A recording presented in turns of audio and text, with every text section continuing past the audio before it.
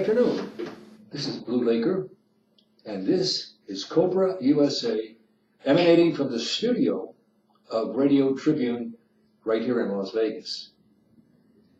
And you know, the world doesn't need Las Vegas necessarily. I mean, we're the hub of entertainment and the like, but we're just a very small part of the country, a small section. And of course, we have our own political divisions here in Nevada, as we do across the country. Unfortunately, you know, we have a new president. Oh, you didn't know that? Yes, he did get elected. Now, believe it or not, the odds of him getting elected were probably 100 to 1. Now, I wish I would have known exactly that this was going to work, because we'd all been betting on that one for sure. But the problem is we don't know, and certainly based upon everything that transpired during that period of time, the nomination, the primaries, and everything, it really was very difficult to predict. I thought Trump would win. I believed in Trump. I caucused for Trump. I was a delegate for Trump. And I had a feeling, a gut feeling, and nothing more, that he would win. But the odds were terrible. Even the bookmakers were wrong. Thankfully, we have got a new president. Thankfully, we have new policies. Thankfully, we have a new Supreme Court justice. Hopefully, that justice will be on the side of the constitutional, or side of the Constitution, and a conservative in his thinking, so that we can eliminate some of the liberal policies that have cost so much to this country. And I say that in terms of financial losses. Yes, we have a businessman finally. Finally have a businessman who knows his business, who's been up and down the scale a number of times, but who has prevailed. And his immediate action on some of these activities that are current, for example, Syria, is an indication and a continuation of what he did during the primary election. And when he makes a decision, he acts on it, and he does it as quickly as possible. Sometimes there are obstacles in the road, and sometimes you have to think about how you're going to either go around them, over the top of them, around the back of them, or under them to get to the objective. But when you make a decision, and having given careful thought to it, you should follow through. You need to follow through with your project. Now, that relates to us individually as well as it does to government. Hopefully, you don't make a mistake. Unfortunately, we all do. Unfortunately, it can be costly. But the resolve with a wrong decision is the correction and moving forward again. Getting over the obstacle and moving forward. Because we have one obstacle after another to overcome in life. Now, imagine what it would be if everything was perfect. Imagine what it would be if everyone looked alike. Imagine what it would be if everyone was the same color. Well, it might be rather dull, drab. It might not even be healthy. But the important thing in life is that we have to learn lessons as we go. Sometimes that requires mistakes.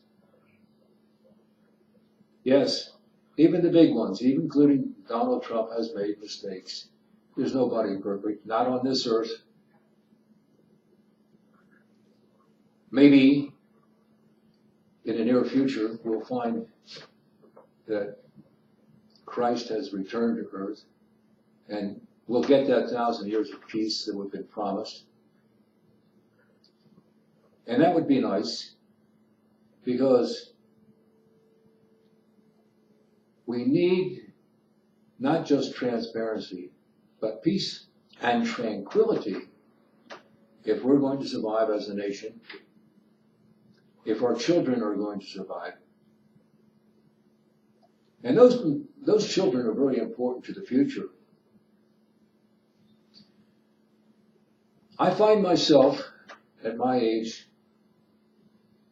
enjoying the company of little children because they're so free-loving, so spontaneous, and unpredictable. Yes, we have to watch them, and we have to guide them, and we have to help them have a future.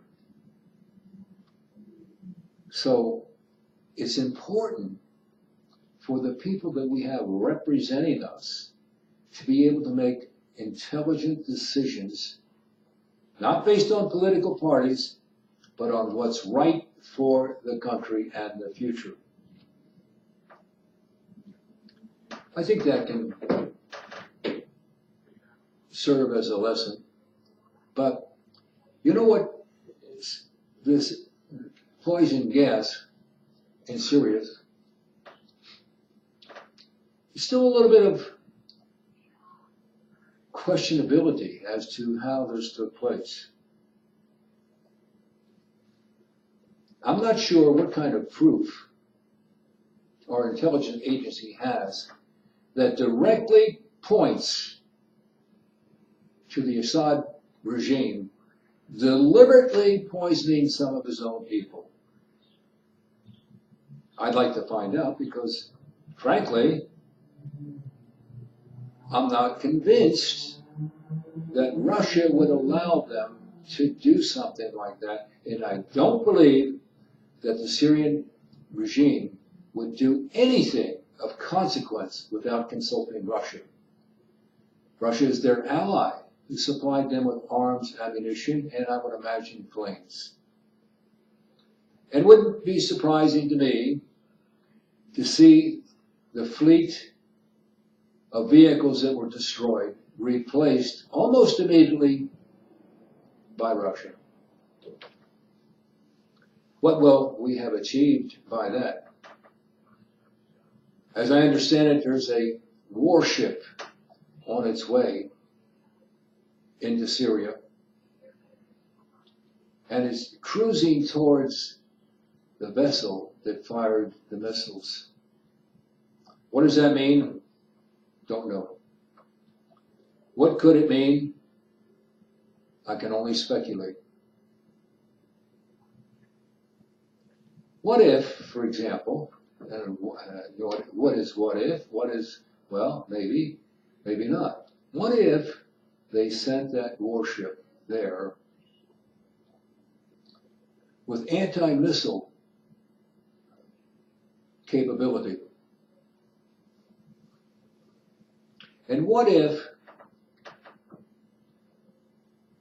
we continue to fire missiles at Syria?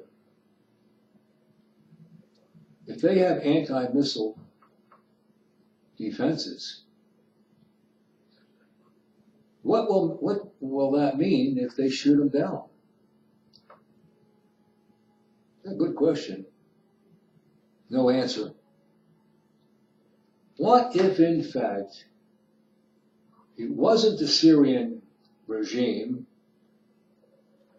Here's a hypothetical. Let's just suppose it was the rebels themselves. Now, there's different groups in Syria. There's the Shiites and the Sunnis and half a dozen others, I guess. Different groups who, by and large, oppose one another. There's a civil disorder between the Syrian people, being Christians on the one hand, Muslims on the other. being Sunnis, being Shiites. What if those factions were smart enough to know? Now, this is the way I would look at it. And how much harm can they do to the Syrian government by planting chemical warfare, putting together a program that would discredit the Syrian government,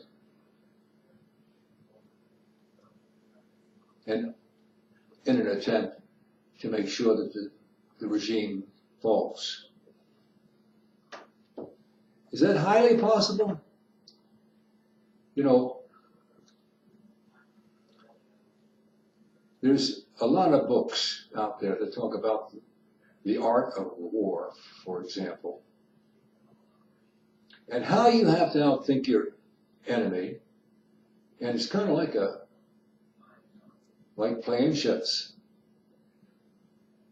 And you have to counter the moves that your opposition does. Well, in chess, the rules are pretty well set, and it does take a lot of brains to be a good chess player, which lets me out. Oh, I play, I have won, but I've lost a lot too. What if the Syrian government was right?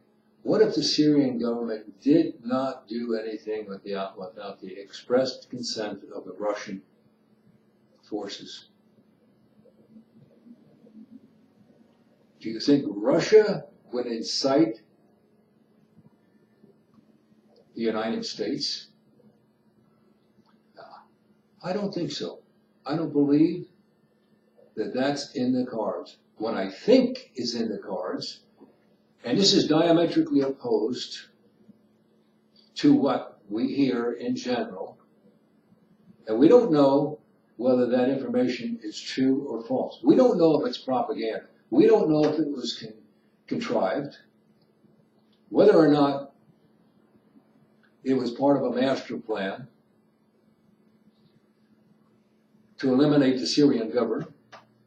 Oh, and I'd say it was a very clever way. Maybe not having to fight and lose more rebel soldiers. Or maybe it's true. I think, or I hope, that we're able to come to a conclusion on that, because it's very important that a lot of times people get accused of doing things they haven't done. There have been people who've been put in jail for murder and rape, you name it, only to find out later that they were convicted on false testimony or false information coming from the quote unquote authorities. Shield of blue, for example. What does a shield of blue mean? It means that you will do your best to support your fellow peers. That's what it means. And if that means telling a few lies, so be it. Now, if you look at a situation like that, where somebody's been in prison for 5, 10, 15 years or more, and then all of a sudden they find out that the DNA belongs to someone else, and they free him. Think about the 15 years or whatever time it was that he spent in prison, falsely accused.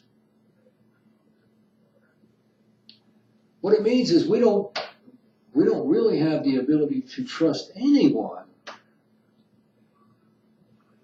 Not lawyers, not judges, not even police officers.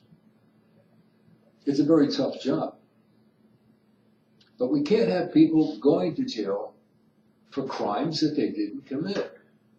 No more than we can punish people who are not guilty of a particular crime. Oh, you're siding with the Syrian government. No, trying to be realistic about it, because I would happily join the crowd if I knew for sure that the Syrian government deliberately went out of their way to poison its own people. That doesn't make sense. They were just winning, taking back towns and everything else. They have the aid of Russia, and Russia's not going to go away. And we can escalate this into a third world war if we want to. On the other hand, we better know the facts. We don't need to push that into existence. What we need is cooperation.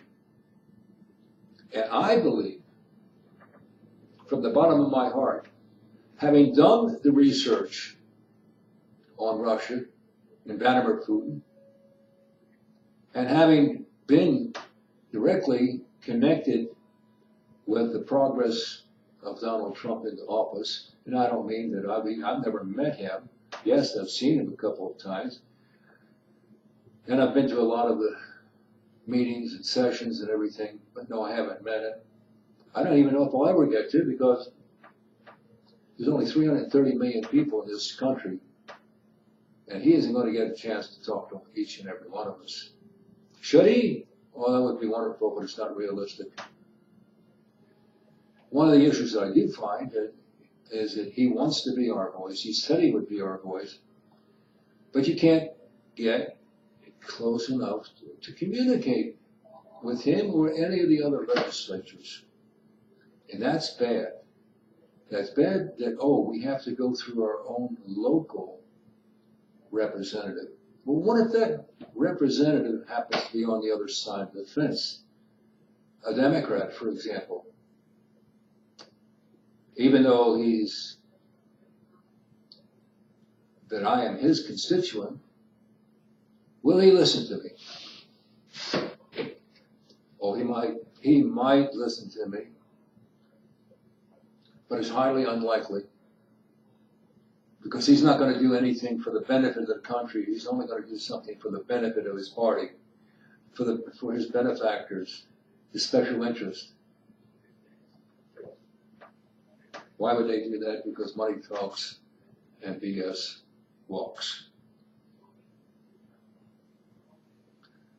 So before we get away from talking about Syria, we need to understand the consequences of a wrong decision.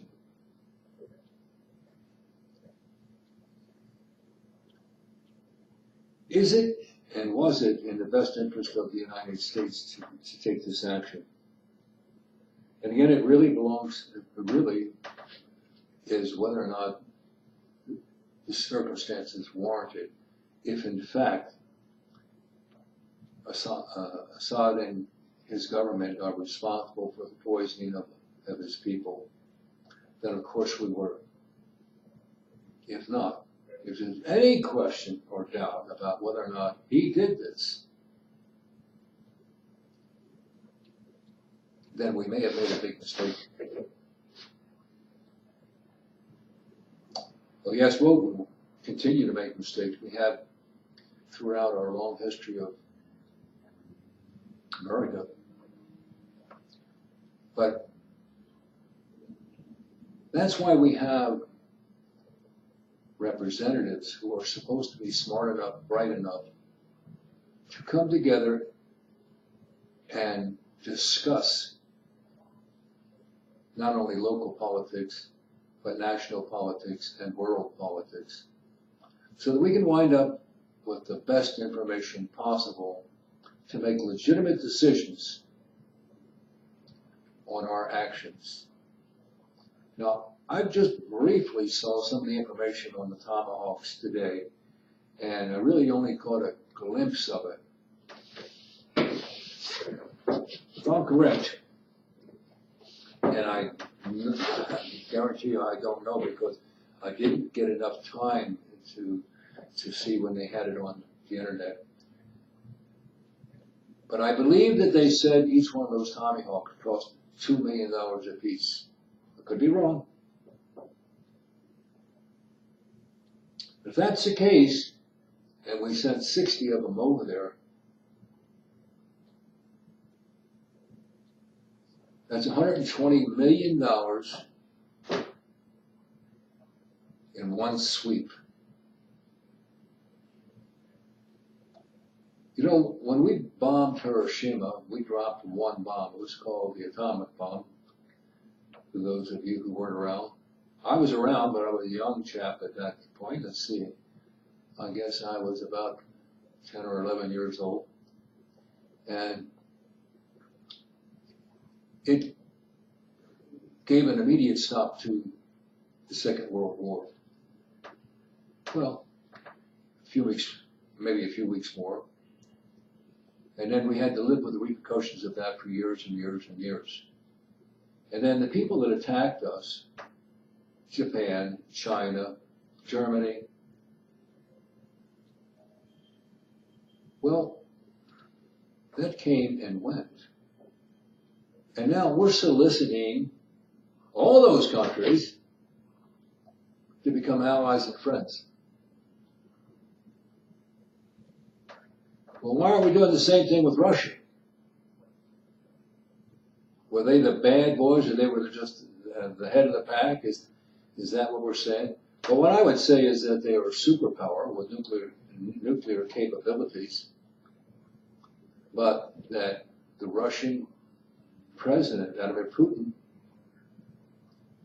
cares about his people, that he's gone out of his way to make sure that the Russians have a decent standard of living, medical care, education,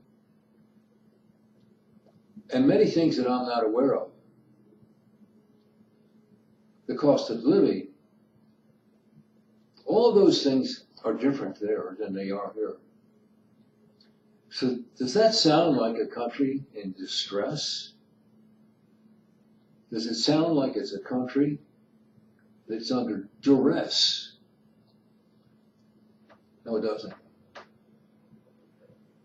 I don't see people wearing chains or handcuffs or things like that.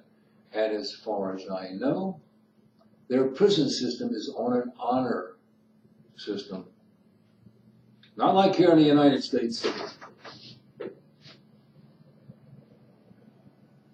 And those people who are convicted of crimes become third world citizens in their own country. Why can't we have the same thing here? Shouldn't we be learning from other people, whether it happens to be Russians or Chinese or French or just all of the other different countries that have progressed and have stabilized in some cases. Not too many countries who have been able to be stabilized and that work perfectly. But some of them do a very good job. And we need to look to them and to the future and be aware of the fact that we are acting in behalf of the future because most of us are getting older. And so things may not be happening for us if they're going to take 20 or 30 years. But we're still Americans. We still have children. We want them to have a bright future. After all, if it's your son, your daughter, it's your blood that's moving forward. It's your blood that's going to have to pick up the pieces.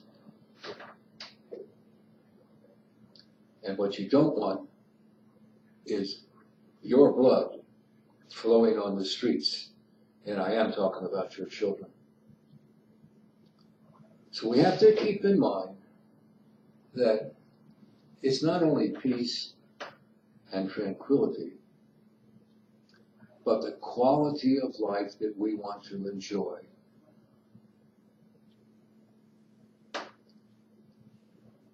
And we talk about the quality of life, we need to take into consideration health care.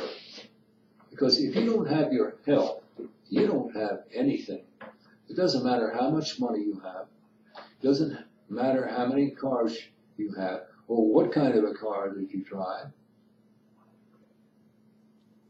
Because those things become very unimportant when you have bad health. So it's an issue that needs to be addressed. My understanding about health care, and especially about Obama health care, is that 60% of the people that are on Obamacare are on welfare, subsidies, food stamps, and they don't pay the same thing as the rest of the people because they get subsidized. Now, 60% of the people in Obama are, again, on subsidies. Does that mean that the other 40% have to pay for their care? Well, yes and no. I say yes because they're going to try to pass it on to the people who are healthy. I say yes because the federal government is subsidizing them with our money, and why? Are we trying to create inducements to bring more people into this country that it can't support? We cannot support another $20 trillion in deficit. We don't want to lose our place as the world's reserve currency, but we are in the process of doing just that. Those are the critical issues that need to be addressed. And we have to figure out how to deal with them in an intelligent way to the point of being able to cut our expenses, improve service, and make sure that we're not taking away from deserving people, especially the seniors and our children, that we give them the care and respect that they have earned. We open a new page in history. Oh, I think it's going to happen. You know, let's face it, folks. Many of us never thought that Donald Trump would win the primary. Many of us never thought that he would gain access to the presidential office. He performed a miraculous job of becoming the President of the United States. And he's not the kind of a guy that's going to give up, pick up his papers and go home. He has the energy, he has the knowledge, and he has the determination to make America great again. And with that, I have to add this, that all of us have to get on the same page if we want to make that a reality. If we really want to make change in America, if we want to get rid of the political debacle that we've had to endure for years and years and years, this is our chance.